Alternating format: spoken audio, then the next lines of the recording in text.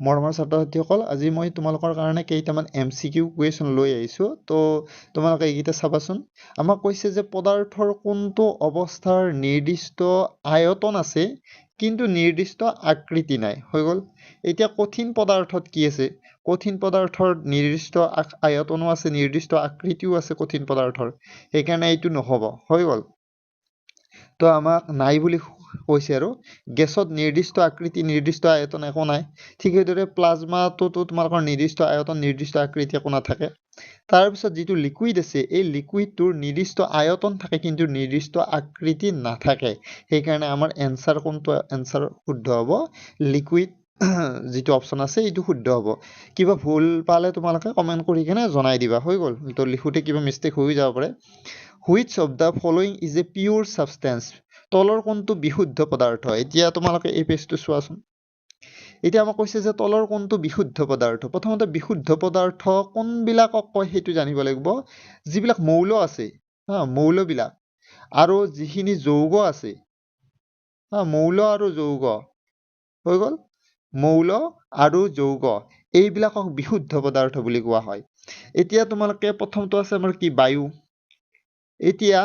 বায়ুতটো বহুত বস্তু মিক্স হৈ থাকে সেইকাৰণে ইয়াক মিশ্ৰ পদাৰ্থ বুলি কোৱা হয় মিক্সাৰ বুলি কোৱা হয় সেইকাৰণে ই বিশুদ্ধ পদাৰ্থ নহ'ব হৈ গ'ল তাৰপিছত লৱণ এটা যৌগ হয় লৱণবিলাক কি হয় এটা যৌগ হয় তো আমি আগতে কৈ দিছো মৌল আৰু যৌগবিলাক কি হয় বিশুদ্ধ পদাৰ্থ হয় তাৰমানে এইটো তোমালোকৰ বিশুদ্ধ পদাৰ্থ হ'ব কাৰণ লৱণ এটা যৌগ হয় যৌগ হ'লে কম্পাউণ্ড হ'লেতো সি তোমালোকৰ পিয়ৰ সাবষ্টেন্স হ'ব বিশুদ্ধ পদাৰ্থ হ'বই হ'ব এতিয়া সি ৱাটাৰ মানে সাগৰৰ পানীৰ লগতে লৱণ তৱণ এগিলা বহুত মিক্স হৈ থাকে তো সেইকাৰণে মিশ্ৰ পদাৰ্থ ই বিশুদ্ধ পদাৰ্থ হ'ব নোৱাৰে বহুত বস্তু মিক্স হৈ থাকিলে মিশ্ৰ পদাৰ্থ বিশুদ্ধ পদাৰ্থ এক ধৰণৰ কণাৰ দ্বাৰা গঠিত হয় মনত ৰাখিবা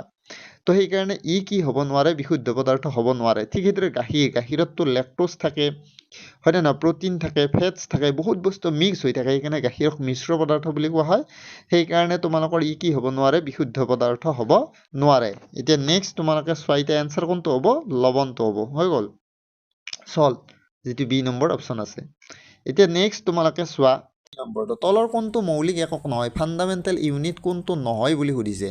এতিয়া মিটাৰ দৈৰ্ঘ্যৰ একক মিটাৰ ভৰৰ একক কেজি আৰু পদাৰ্থৰ পৰিমাণৰ একক কি মোল এই তিনিটা হ'ব ফাণ্ডামেণ্টেল ইউনিট মনত ৰাখিবা কিন্তু যিটো জুল আছে এইটো জুলটো ফাণ্ডামেণ্টেল ইউনিট নহয় মৌলিক একক নহয় ঠিক আছে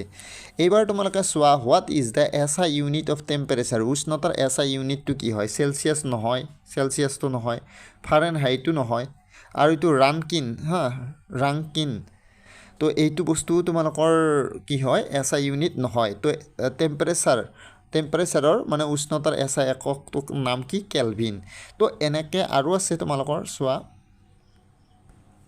এতিয়া তোমালোকে চোৱা ইন চাইণ্টিফিক নোটেশ্যন ইমান্য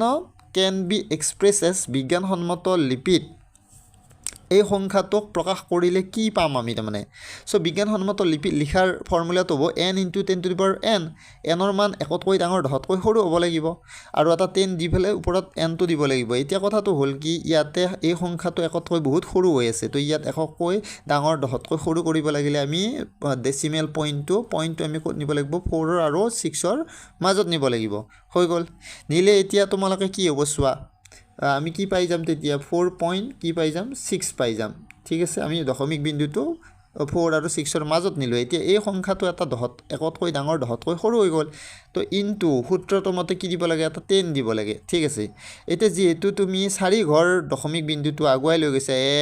1 2 3 4 এই 4 ঘৰ আগুৱাই লৈ গৈছে তো এটা আমি কি দিম 4 দিম ঠিক আছে এতিয়া দশমিক বিন্দুটো যদি ৰাইট সাইডে নিয়া হয় তেতিয়ালে মাইনাস দিয়া হয় আৰু দশমিক বিন্দুটো লেফট সাইডে নিলে কি দিব লাগে প্লাস দিব লাগে তো এটা 4.6 * 10⁻⁻4 তো এটা অপচন কোনটো শুদ্ধ হ'ব তোমালোকে চোৱা বি নম্বৰটো কিবা ভুল হলে কৈ দিবা কিন্তু দেই সো মই তো এইখিনি বস্তু দি দিলো 4.6 * 10⁻⁻4 হ'ব ইয়াৰে এনসাৰ ঠিক আছে